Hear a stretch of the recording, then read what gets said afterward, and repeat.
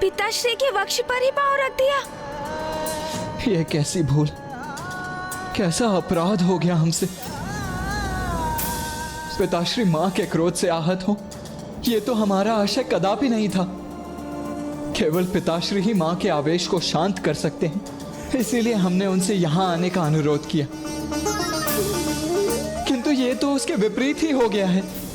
नहीं पुत्र गणेश, नहीं कार्तिकेय, कुछ भी विपरीत नहीं हुआ है। जो हुआ है उचित हुआ है। देखो गणेश, तुम्हारी युक्ति सार्थक रही। अपने हृदय को शांत करो और देखो, जिस प्रयोजन से महादेव यहां आए थे, उन्होंने वही तो किया है।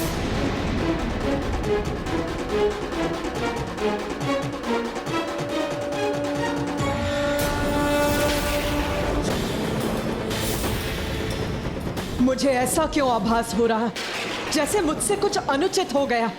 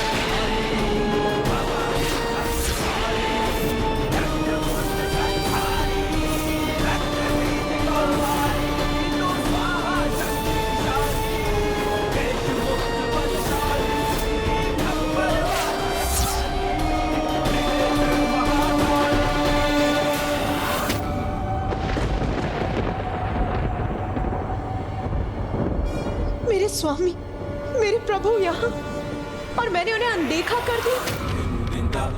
ये कैसा अनर्थ हो गया मुझसे। मेरे स्वामी, मेरे प्रभु पर ही अपना पांव धर दिया मैंने। ये अपराध मुझसे कैसे हो गया।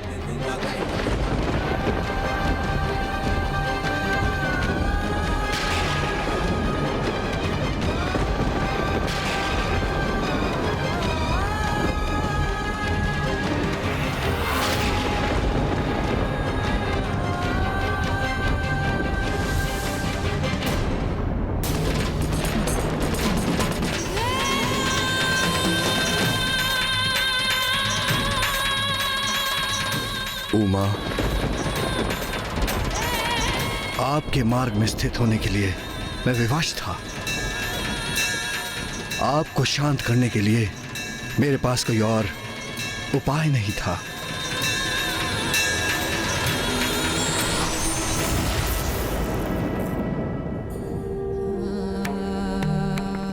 मुझे क्षमा कर दीजिए प्रभु, क्षमा कर दीजिए मुझे। आपको क्षमा मांगने की कोई आवश्यकता नहीं है प्रिय। ये मत भूलिए प्रिय कि शिव और शक्ति तो एक दूसरे से भिन्न है ही नहीं। जैसे सूर्य से उसका प्रकाश, अग्नि से उसका ताप, हम तो समस्त संसार में संयुक्त रूप से व्याप्त रहते हैं, एक दूसरे के पूरक हैं।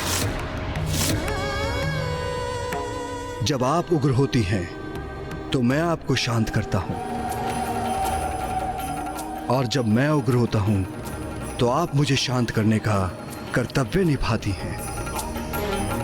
हमारे मध्य किसी प्रकार के दंभ और अपराध बोध का कोई स्थान नहीं है प्रिय। अज्ञानी है वो जो पुरुष को नारी से अधिक महत्व देते हैं। और आज की घटना के बाद ये सब उन सब के लिए बहुत बड़ी सीख है। सत्य तो यही है कि नारी की शक्ति से रहित पुरुष शक्तिहीन है। नारी जब भी अन्याय के विरुद्ध खड़ी होती है तो उसका क्रोध प्रलय भी ला सकता है।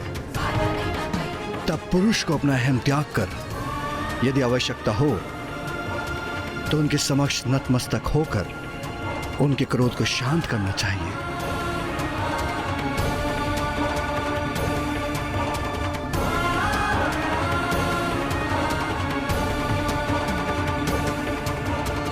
माता, आज शुंभ के असुरों का विनाश करने की प्रक्रिया में आपने हमें इस अद्भुत लीला का प्रत्यक्षदर्शी होने का अवसर प्रदान किया, जिसमें स्वयं पिताश्री इतने विनय पूर्वक आपके क्रोध को शांत करने हेतु प्रस्तुत हुए। हम कृतार्थ हुए माँ।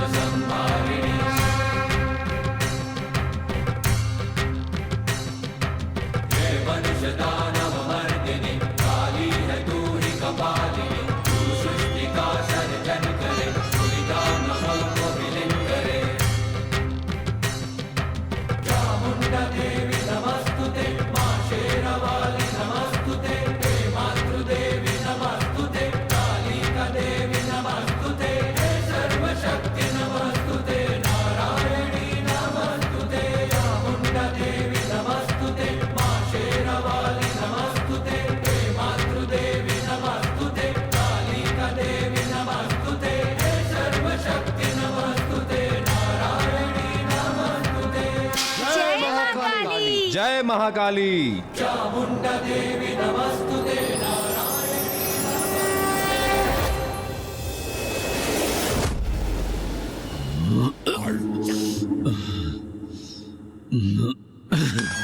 स्वर्गाधिपति शुंभ का मुकुट कोई नहीं छीन सकता। धूम्रलोचन का अंत हो गया, मेरे चंड मुंड भी शेष नहीं रहे, रक्त बीज का भी वध हो गया। मेरे इन महान योद्धा सेनापतियों का वध किसने किया? किसने किया? किसने किया ये सब कुछ? बस एक तुच्छ नारी ने।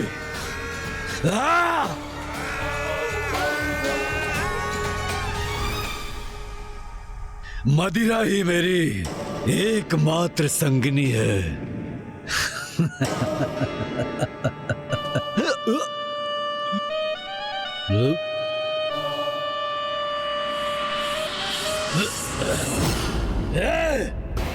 कौन है वहां? मुझे प्रकाश पीड़ा पहुंचाकर अशांत करने का दुस्साहस कर रहा है। मैं हूं असुर महानायक, आपका भ्राता, आपका प्रधान सेनापति निशुंभ। भ्राता निशुंभ?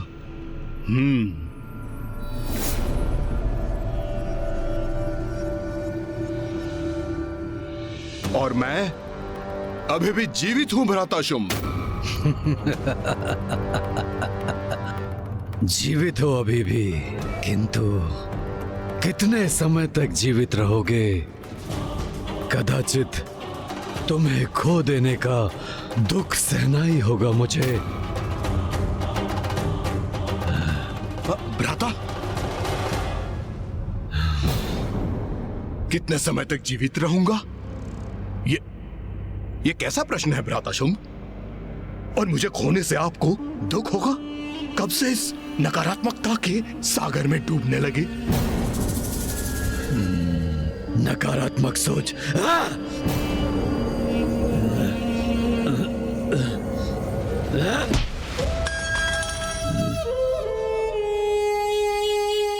स्मरण है भ्राता शुंभ, आप वो हैं जिसके नाम से देवराज इंद्र भी कंपित होते हैं, और आज आप एक बालक के समान प्रतीत हो रहे हैं जिसकी क्रीड़ा करने की वस्तु कहीं खो गई है। और वहां एकांत अंधकार में बैठकर आप अपनी पराजय को स्वीकार कर चुके हैं। उचित कह रहे हो भ्राता, सत्य है, हाँ सत्य है कि मैं पराजित हो चुका हूं।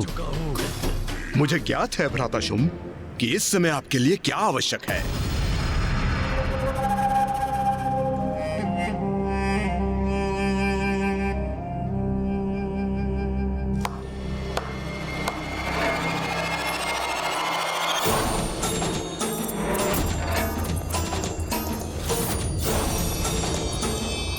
ये सेविकाएं क्यों आ रही हैं यहाँ?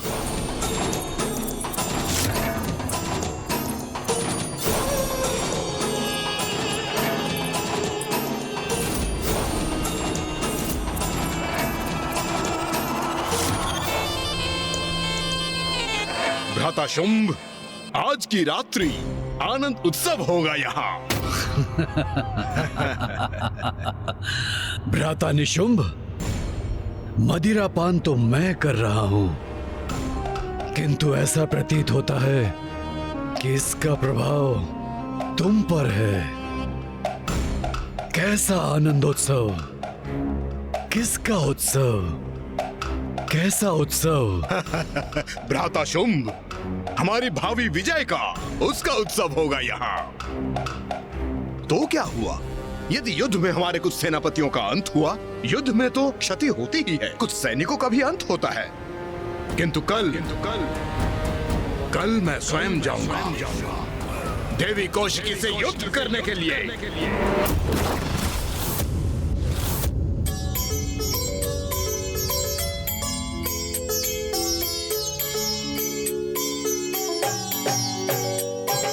जग जननी जय जय, माँ जग जननी जय जय। भयहारिणी भवतारिणी, भयहारिणी भवतारिणी, भवभामिनी जय जय। माँ जग जननी जय जय।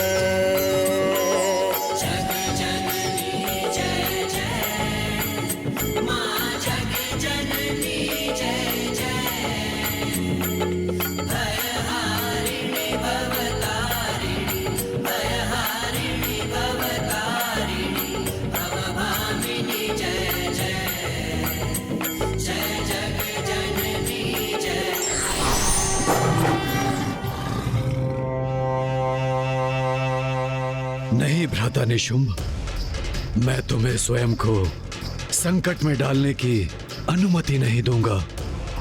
तुम मेरे अनुज हो और तुम्हारी सुरक्षा का दायित्व मेरा है। इसलिए यदि कल कोई युद्ध करेगा तो वो मैं करूंगा, मैं। भ्राता शुंभ, आप मुझे सुख से वंचित मत कीजिए। मैं आपके लिए इस युद्ध में विजय प्राप्त करना चाहता हूँ। असुराधिपति शुंभ के विजय के लिए उस देवी से युद्ध करना चाहता हूँ। कदाचित आपको अनुमान भी नहीं होगा कि उस दुष्ट को पराजित करके अपने इस हाथों से उसे खींच के लाने के लिए कितना व्यग्र हूँ मैं। क्या ये संभव है? क्या वास्तव में निशुंभ उस देवी कौशिकी को बंदी बनाकर यहाँ ला सकता है? भ्राता शुंभ, शंका रहित होकर आप इस आनंद उत्सव में लीन हो जाइए, क्योंकि आज सभी अत्यंत उत्तम भोजन, मदिरा, वस्त्र, आभूषण आपके लिए एकत्रित की है। हाँ, कदाचित यही उचित है। तो कहिए भ्राता शुंभ कि आज अपने भ्राता के साथ विजय उत्सव का आनंद लेंगे। तुम्हारे विश्वास ने मेरी निराशा को दूर कर दिया है भ्राता निशुंभ। आज की रात्रि उत्सव होगा, हमारी विजय का उत्सव होगा। तो लीजिए भ्राता, आपके लिए मैं सर्वश्रेष्ठ उपहार प्रस्तुत करता हूँ। आज होगा आनंद और कल होगी हमारी विजय। हाँ भ्राता, हाँ। तू ही सच्चित सुखमय शुद्ध ब्रह्म रूपा,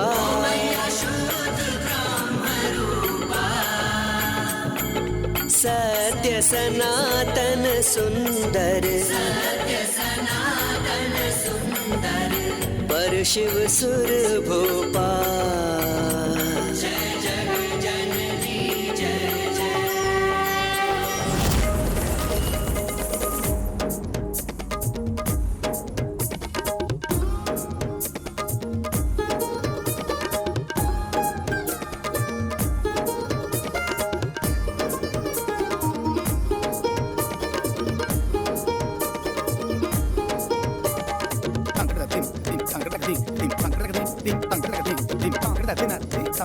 Ding,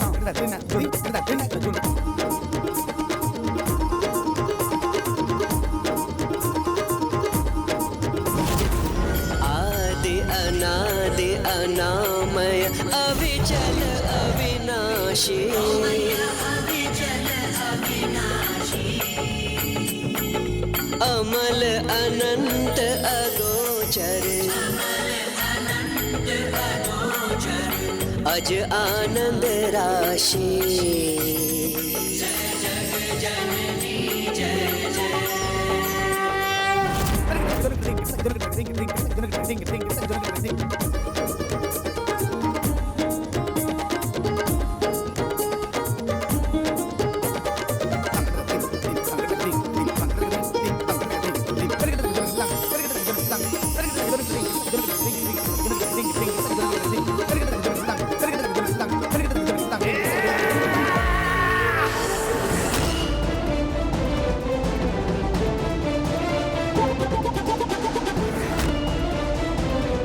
आनंद आ रहा है, अति आनंद आ रहा है।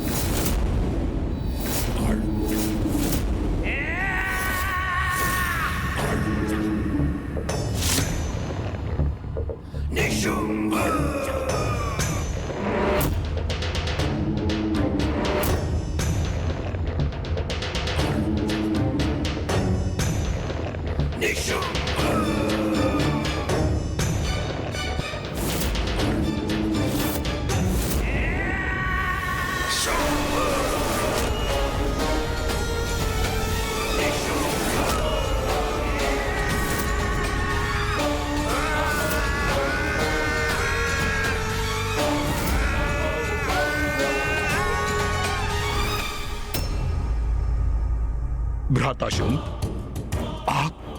आप क्यों युद्ध के लिए सज्जित हैं? मुझे ज्ञात है भ्राता, हमने निर्णय लिया था कि आज तुम युद्ध करोगे तो बस वैसा ही होगा। किंतु मैं तुम्हारे साथ वहां जाऊंगा। तुम्हारे द्वारा पराजित होने पर देवी कौशिकी के स्तब्ध भाव देखने का आनंद जो लेना है मुझे। भ्राताशुम, उचित है, सर्वथा उचित है। आइए प्रस्थान करें।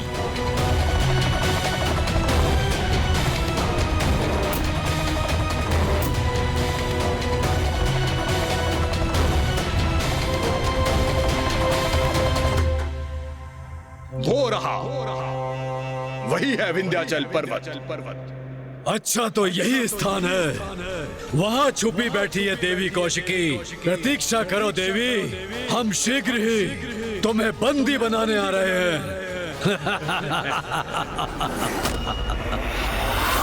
शुम शुम निशुम निशुम। अंततः ये दो असुर मृत्यु के मुख पर जाने के लिए स्वयं चले ही आए।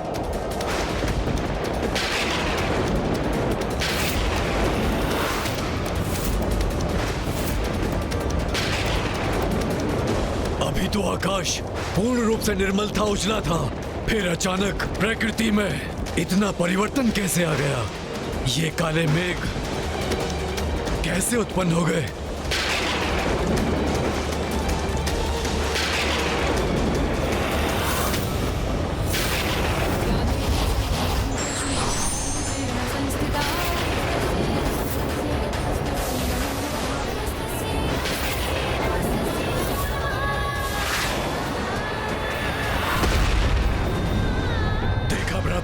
जैसे मेघों से युद्ध का त्रिशूल धरती पे गिरा हो।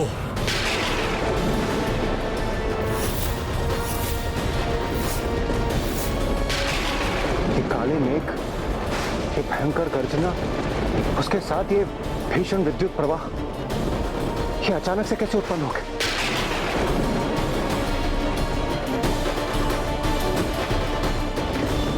जैसे ये किसी भावी बवंडर के संकेत हो।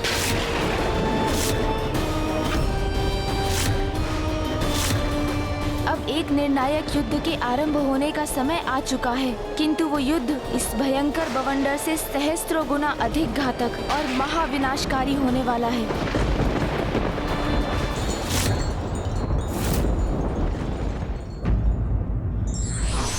अहंकार का आवरण व्यक्ति से सत्य को समझने बूझने की क्षमता को क्षीण कर देता है और विनाश की ओर धकेल देता है।